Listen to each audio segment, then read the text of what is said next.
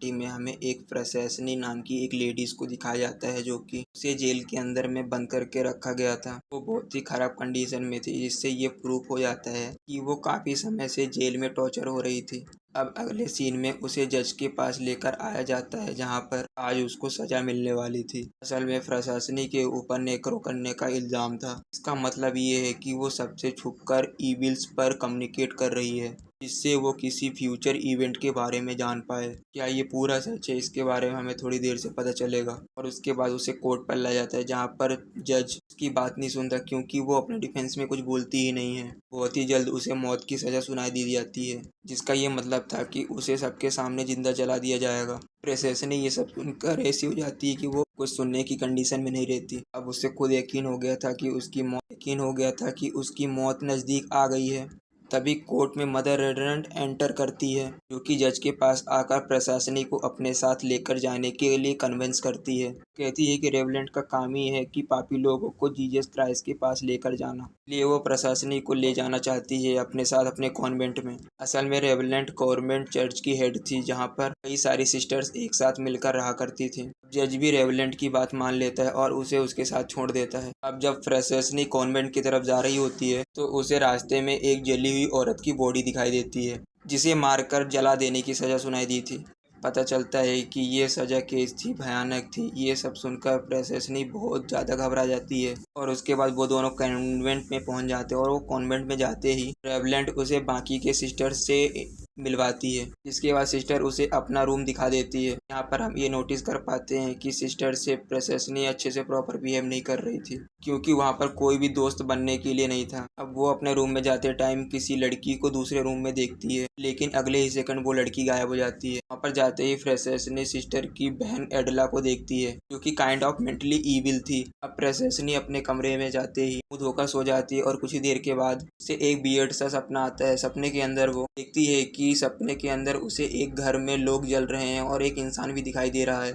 और उसके बाद उसकी नींद खुल जाती है और इस सपने का सिग्निफिकेंस हमें थोड़ी देर बाद दिखाई देगा। फिर अगली सुबह प्रशासनी से मिलने के लिए सिस्टर कैथरीन आती है, जो कि उससे अच्छी तरीके से बात कर रही थी। लेकिन उसके बाद मदर आ जाती है, जिसे देखकर सिस्टर कैथरीन घबरा के वहाँ से निकल जाती है। यानी कि रेवलेंट का खौफ यहाँ पर बहुत ज़्यादा था। उसके बाद प्रशासनी को सिस्टर एना उसका काम सिखाती है और उससे ये कहती है कि तुम्हारी जान तो बच गई है, लेकिन तुम्हें अपने आप को साबित करना होगा। और उसके साथ ही प्रशासनी को उसका काम भी दिखाया जाता है, जो कि फार्मिंग का काम था। और उसके बाद में वो अपने काम में लग जाती है और वो फार्मिंग का काम कर ही रही होती है। तभी वहाँ पर एलिस नाम का एक इंसान आ जाता है, जिसे प्रशासनी ने कोर्ट के बाहर भी देखा था। एलिस उससे सिस्टर प्रशासनी के बारे में बार बार पूछता है, लेकिन वो उसके सवालों का एक भी जवाब नहीं देती, क्योंकि वहाँ पर बाहर वालों से बात करना बिल्कुल भी मना था। और तभी वहाँ पर सिस्टर एन आ जाती है, जिसको ये लगता है कि एलिस और प्रशासनी दोनों बात कर रहे थे, इसलिए वो गुस्सा होकर उसे अपने साथ ले जाती है और एलिस को वहाँ पर दोबारा आने के लिए मना कर देती है। और अब सिस्टर एना उसे रेवलेंट के बारे में ले जाती है। ये बात वो रेवलेंट को बता देती है, जिससे कि रेवलेंट बहुत ज़्यादा गुस्सा होती है और वो उसको एक चाटा मार देती है। और जो कॉन्वेंट के रूम थे वो बहुत ही ज़्यादा रूल्स सख्त होते हैं और रेवलेंट के रूल्स को ना फॉलो करने पर सबको पनिशमेंट भी दिया जाता था, इसलिए वो प्रशासनी को एक कमरे में बंद कर देती है। यहाँ पर वो उसके ऊपर ठंडा पानी भी डाल देती है, जहाँ पर प्रशासनी पूरी रात वहीं पर रहती है। यही उसकी पनिशमेंट थी। पूरी रात बेचारी प्रशासनी से उसी कमरे में कांप रही होती है, लेकिन उसकी मदद के लिए कोई नहीं आता। पर उसे उस कमरे में किसी ईविल की प्रेजेंट की अनुभूति होती है कि उसे टच भी करती है, लेकिन अगले ही सेकंड गायब हो जाती है और पूरी रात प्रशासनी को वहाँ पर अकेले ही बितानी पड़ती है।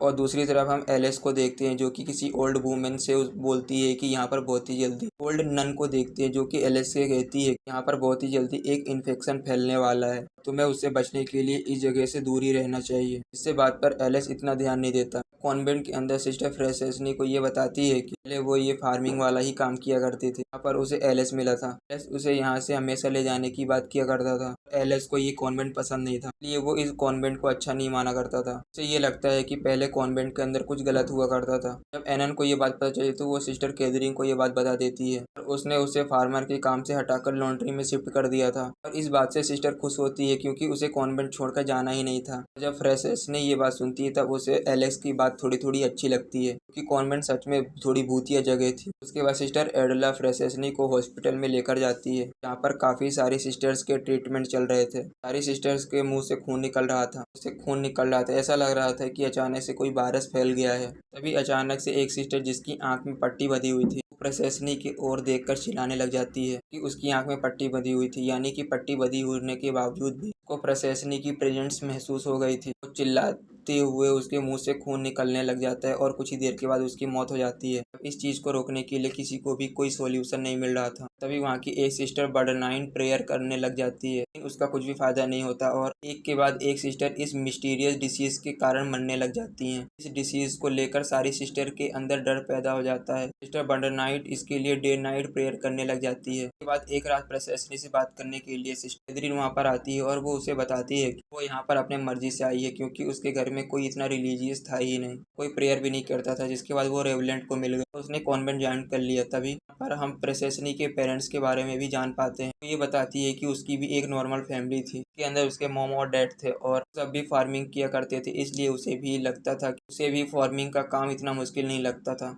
और तभी उसे एक सपना आता है कि फार्म हाउस में सब लोग जल रहे होते हैं। आपको याद होगा कि थोड़ी देर पहले ही उसको ये सपना आया था कि एक घर जल रहा होता है, इसी से रिलेटेड था, जो कि एक नाइटमेयर था, वो कि इसी से रिलेटेड था। अगले दिन फ्रेसेस ये बात अपने मॉम को बताने जाती है, लेकिन उसकी माँ इसकी बात को नहीं मानती और कुछ दिन बाद ही ऐसा हो जाता है और उनके फार्म हाउस में आग लग जाती है, जिसके कारण उसकी मदर उसकी आंखों के सामने ही जलकर मर जाती है और उसका ये नाइटमेयर सच हो गया था। कॉन्वेंट के अंदर उसको जो नाइटमेयर आया था वो भी सच ही था। वहाँ पर रहने वाले सभी लोग, यहाँ तक कि उसके खुद के डैड से ही कसूरवार ठहराने लग गए। हमने ये सोचा कि फ्रेसेसनी की वजह से ही ये सब हुआ है, क्योंकि वो बीच क्राफ्ट वगैरह प्रैक्टिस करती है, इसलिए उसे इस चीज़ के बारे में पहले से ही पता था। इसके लिए उसे कोर्ट में इसी की वजह से सजा सुनाई दी जाती थी और इसीलिए उसे जेल में भी रखा गया था। अब ये मान रहे थे कि वो एक बीच है। फ्रेसेसनी यहाँ पर ये भी बोलती है कि फ्यूचर में होने वाली चीज़ें उसे ड्रीम के रूप में दिखाई देती हैं। कुछ ही देर के बाद जब सिस्टर कैथरीन अपने कमरे में चली जाती है, फ्रेसेसनी अपने कमरे में कैंडल लाइट करने लग जाती है। तब तक बाहर सिस्टर एना उसके रूम को लॉक कर देती है। उसी समय हम एज अ व्यूअर ये देख पाते हैं कि फ्रेसेसनी के पीछे दीवार पर ईविल उल्टी तरीके से ऊपर चढ़ रही थी, कि दिखने में बहुत ही ज्यादा डरावनी थी। कुछ ही देर के बाद में फ्रेसेसनी भी उसे देख लेती है। इसके बाद वो चिल्लाते हुए अपने कमरे के दरवाजे को खोलने की कोशिश करने लग जाती है। तब तक भागते हुए सिस्टर एना उस कमरे के दरवाजे को खोल देती है। इसके बाद फ्रेसेसनी तेजी से उस कमरे से बाहर निकल जाती है। अब उसकी आवाज़ सुनने के लिए सिस्टर एना उसके कमरे में चली जाती है और तब तक उसे वहाँ पर कुछ भी नहीं दिखता, वहाँ पर कोई भी स्प्रेड नहीं होती है, इसलिए सिस्टर एना फ्रेसेसनी को सिस्टर सजा के रूप में फिर से उस कमरे में लॉक कर देती है। और जब वो नेक्स्ट डे फार्मिंग कर रही होती है तब उसे फिर से एलेक्स दिखाई देता है और फ्रेसेसनी के बीच में बातें हो रही होती हैं। तभी एलेक्स ये बताता है कि कॉन्वेंट में कुछ गलत है और वहाँ पर कुछ डिसीज फैलने वाली है। बताता है कि बहुत साल पहले कॉन्वेंट में कुछ गलत हुआ था, कि जब वो पैदा भी नहीं हुआ था, लेकिन उसे एग्जैक्टली पता नहीं था कि वहाँ पर हुआ क्या है। सब कुछ सुनकर फ्रेसेसनी को भी काफी हद तक एलेक्स की बात सही लगती है, जिसके लिए वो कहता है कि वो इसके बारे में और पता करेगा। और वो जाते हुए सिस्टर कैथरीन के लिए एक लेटर देकर चला जाता है कि वो उससे प्यार किया करता था। फिर फ्रेसेसनी सिस्टर कैथरीन को वो लेटर दे देती है, जिसके बाद वो उस लेटर को पढ़ रही होती है। तभी सिस्टर एना उस लेटर को देख लेती है और तभी दोनों को स्टिक से मारकर रेवलेंट के सामने पनिशमेंट दिया जाता है। अब हम पनिशमेंट के बीच ही सिस्टर बर्नाइट को देखते हैं, जो कि प्रेयर कर रही होती है, क्योंकि उन्हें ये भरोसा था कि प्रेयर से ही ये सारी चीजें ठीक हो जाएंगी। और जब वो प्रेयर कर रही होती है तभी उन्हें अचानक से वहाँ पर एक डरावना ही अपने सामने देखती हैं। देखकर वो चिल्लाने लग जाती हैं और अपने हाथों से ही अपनी आँख को जख्मी कर लेती हैं। वो अपनी आंखों को निकाल लेती है, जिसकी वजह से उनकी मौत हो जाती है और इस तरीके से सिस्टर बर्नाइट की मौत हो जाती है, कि काफ़ी ज़्यादा शॉकिंग थी। यानी कि इस कॉन्वेंट के अंदर कोई अच्छी शक्ति नहीं बल्कि कोई शैतानी शक्ति घूम रही होती है। सारी की सारी सिस्टर उस रूम में जाती हैं जहाँ पर चिल्लाने की आवाज़ आई थी। उसके बाद सारे सिस्टर बर्नाइट की डेड बॉडी को देखकर डर जाती हैं, लेकिन अजीब सी बात यह थी कि रेवलेंट के चेहरे पर कोई भी डर नाम का चीज नहीं था, कि काफी अजीब होता है। अब हम इस बात को गौर करते हैं कि रेवलेंट मरी हुई सिस्टर की आंखों को अपने पास में रख लेती है, यानी कि ऐसा लग रहा था कि यहाँ पर जो सारी चीजें हो रही हैं वो रेवलेंट ही कर रही है। रेवलेंट के अंदर ये सब कुछ होते हुए वो फ्रेसेसनी खुद को रोक नहीं पाती है। वो उस ईविल स्पिरिट की बात सबको बताने के लिए चली जाती है, लेकिन उसकी बात को कोई यकीन नहीं करता, क्योंकि उसकी बात इसलिए यकीन नहीं करते हैं। फ्रेसेसनी की बात सुनकर वहाँ की सिस्टर फ्रैंकनली वहाँ से भाग जाती है, जिसको सिस्टर एडला जाकर संभालती है। तभी हम एसेस को देखते हैं, जो कि उस ओल्ड नन के पास जाता है, कि उसे ये लग रहा था कि शायद उनको कुछ पता है, क्योंकि पहले एलिस ने उनकी बात पर यकीन नहीं किया था। एलिस अब उस ओल्ड नन के पास जाकर पूछता है कि आखिरकार पैलेस में हुआ क्या था, जिसकी वजह से आज वहाँ पर कोई भी नॉर्मल पर्सन नहीं जाता। उसके बाद वो ओल्ड नन कॉन्वेंट की पूरी स्टोरी एलेक्स को बता देती है। तो फ्रेंड्स, यहाँ पर खुलते हैं कॉन्वेंट के असली सच। ये बताती हैं कि असल में उनका नाम सिस्टर एलिजाबेथ है और वो एक समय पर उसी कॉन्वेंट में थी, और ये बात आज से 30 साल पहले की है, और रेवरेंट भी उसी कॉन्वेंट में रहा करती थी। उस समय जो बाकी की सिस्टर थी वो रेवरेंट को ही फॉलो किया करती थी। कि सबका ये मानना था कि रेवरेंट बहुत ही ज़्यादा प्योर सोल है, सभी लोग उसकी तरह ही बनना चाहते थे। अब ऐसे ही एक दिन सारे मिलकर एक रिचुअल करने का फैसला कर लेते हैं। यहाँ पर वो सबसे यंगेस्ट नन को इसका मीडियम बनाते हैं। रिचुअल के लिए उस नन का ब्लड भी सेक्रीफाइस किया जाता है ताकि लॉर्ड जीसस उन सबसे मिलने आए, लेकिन इसका उल्टा था, वहाँ पर कोई भी स्पिरिट वहाँ पर नहीं आई, बल्कि डेविल कॉन्वेंट के अंदर पर आ गया। डेविल ने सबसे पहले उस यंगेस्ट नन को पजेस कर दिया। उसने एक एक करके सारे सिस्टर्स को मार डाला। उसके बाद में लास्ट में वो सिस्टर एनवेंट और छोटी सिस्टर बच गई थी। वो जो सिस्टर होती है वो एलिजाबेथ को भी मारने वाली होती है। तभी वो डेविल उसके शरीर से निकलकर बाकी के सिस्टर्स के शरीर में आ जाता है। उसके बाद जो सिस्टर होती है जो कि डेविल के पोजीशन में आ जाती हैं, वो उस यंगेस्ट नन को भी मार डालती हैं। इसी समय एलिजाबेथ किसी भी हालत में अपनी जान बचाकर भाग आई। बाद में सिस्टर एलिजाबेथ को ये पता चलता है कि असल में ये सब कुछ रेवलेंट का ही किया हुआ है। तो उसने ये सब क्यों किया ये उन्हें नहीं पता। तो उन्होंने ये बताया कि तभी से रेवलेंट अपने उस चर्च में ऐसी लड़कियों को लेकर आती है कि सोसाइटी से बाहर हो जाती हैं जिन्होंने गलत काम किया हो, ताकि उन्हें कन्विंस करना इजी हो सके। जिसके बाद वो उन सब का सेक्रीफाइस उस कॉन्वेंट में दे देती है और कोई भी वहाँ से जिंदा वापस नहीं निकलता। यही रीजन था कि वहाँ पर बाहर के लोगों का आना मना था। अब ये सुनकर एलिस सीधा कॉन्वेंट की ओर जाने लग जाता है कि वो सारी बातें स्पेसनी को बता सके। जाते वो एलिजाबेथ को भी अपने साथ लेकर के चलने के लिए कहता है, लेकिन वो आने से मना कर देते क्योंकि 30 साल पहले जो हुआ था इसी की वजह से वो पहले से बहुत ज़्यादा डरी हुई थी। दूसरी तरफ कॉन्वेंट में चीज़ें आउट ऑफ कंट्रोल हो जाती हैं, जहाँ पर सिस्टर को वहीं पर वही एक इमेज दिखाई दे देती है कि डेविल जो कि उसे ही इन्फ्लुएंस में मार डालता है। दूसरी सिस्टर को पता चलता है तब सिस्टर एडोला डेस्नी को इसका जिम्मेदार बताती है, और फिर सिस्टर कैथरीन की हालत अचानक से खराब होने लग जाती है। यहाँ पर उसको बहुत ही ज़्यादा तेज बुखार हो गया था और सिस्टर कैथरीन को यहाँ से भाग जाने का सोचती है। उसके बाद जब सिस्टर एडला को पता चलती है, वो इससे डिसएग्री होकर सिस्टर रेवलन को ये बात बताने के लिए चली जाती है, क्योंकि उसके लिए वो अभी भी बहुत ही ज़्यादा अच्छी थी। जब ये बात रेडला बताने के लिए रेवलेंट के पास जाती है तो सिस्टर की रेवलेंट की आई बॉडी को चलाते हुए दिखाई देती है। इसके बाद उसे भी यकीन हो जाता है कि वो एक गलत औरत है और उसका डेविल से कुछ लेना देना है, और अब दोनों मिलकर सिस्टर एना को बेहोश कर देती हैं। कॉन्वेंट की कीज ले लेती हैं ताकि वो आसानी से वहाँ से बाहर निकल सकें। अब तीनों मिलकर कॉन्वेंट से बाहर जाने लगती हैं। तभी सिस्टर कैथरीन का चेहरा फीका पड़ने लग जाता है और जैसे ही दरवाज़ा खुलता है उसकी हालत बिगड़ जाती है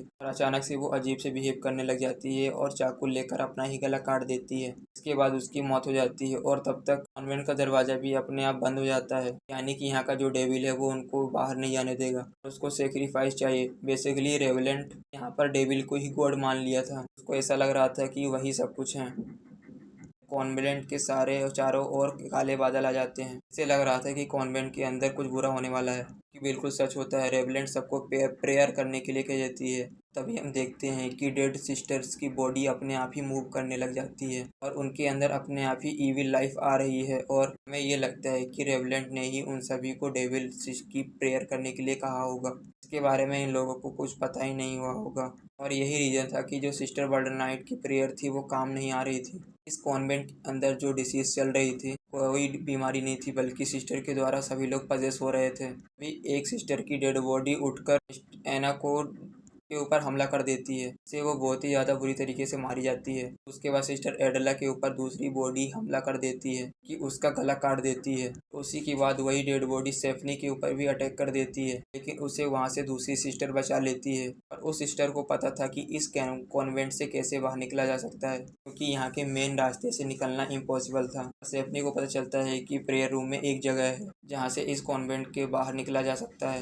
इसलिए वो प्रेयर रूम की तरफ जाने लग जाती है। इसी बीच हम सिस्टर एमिली की डेड बॉडी को भी देख पाते हैं, जिसे रेवलेंट मार डालती है और तब तक कॉन्वेंट के अंदर एलिस भी आ जाता है। इसे कॉन्वेंट के बाहर एक डेड सिस्टर मिलती है जो कि इविल के द्वारा पजेस हो रखी थी और उसे मजबूरी में उसे मारकर कॉन्वेंट के अंदर आना होता है। बेसिकली ये सारी सिस्टर्स ज़ॉम्बीज बन गई थी। फिर परसेफनी के ऊपर एक डेथ सिस्टर अटैक करने वाली होती है, इसे एलिस आकर मार डालता है। जब उसे पता चलता है कि सिस्टर कैथरीन अब नहीं रही, वो बहुत दुखी हो जाता है और परसेफनी के साथ कॉन्वेंट से बाहर जाने लग जाता है। दूसरी तरफ एलिजाबेथ भी कॉन्वेंट के अंदर आ गई थी। यहाँ पर वो रेवलेंट को कहती है कि तुम्हारा तरीका बहुत गलत था, किसी को मारकर तुम उसे गॉड तक नहीं पहुंचा सकती हो। असल में रेवलेंट का ये मानना था कि अपने आप को सेक्रीफाइस करके ही एक बुरा आदमी गॉड तक जा सकता है, यानी कि उसकी सोच ही एक तरीके से गलत थी। लेकिन रेवलेंट एलिजाबेथ की बात नहीं मानती और वो उसे हिट करके बेहोश कर देती है। और डेविल ने उसे आज तक इसलिए नहीं मारा था क्योंकि उसको तो सेक्रीफाइस मिल रहे होते हैं, उसे रेवलेंट को मारने की कोई ज़रूरत थी ही नहीं। प्रेसेसनी और एलिस जब कॉन्वेंट से बाहर निकल रहे होते हैं और तभी उनके सामने सिस्टर कैथरीन आ जाती है कि एलिस के पास आकर उसे मार डालती है, यानी कि वो भी मरने के बाद ज़ॉम्बीज़ के रूप में आ गई थी। उसके बाद वो परसेफनी के ऊपर अटैक करने लग जाती है और वहीं पर रेवलेंट आ जाती है। तब रेवलेंट वहाँ पर आकर परसेफनी को अपने आप को सेक्रीफाइस करने के लिए कह देती है। वो उससे कहती है कि तुम्हें अपनी लाइफ को सेक्रीफाइस कर देना चाहिए। तभी पीछे से एलिजाबेथ आकर रेवलेंट के शरीर में आग लगा देती है और परसेफनी दोनों को धकेल देती है, जिसके कारण उन दोनों के शरीर में आग लग जाती है और दोनों जलकर वहीं पर राख हो जाती हैं। सबसे बड़ी बात यह थी कि यहाँ पर जो डेविल आया करता था कोई और नहीं बल्कि रेवलेंट ही था। उसके बाद में हमें कॉन्वेंट को पूरी तरीके से जला हुआ दिखाई देता है। यहीं पर ये मूवी खत्म हो जाती है। मूवी अच्छी लगी तो चैनल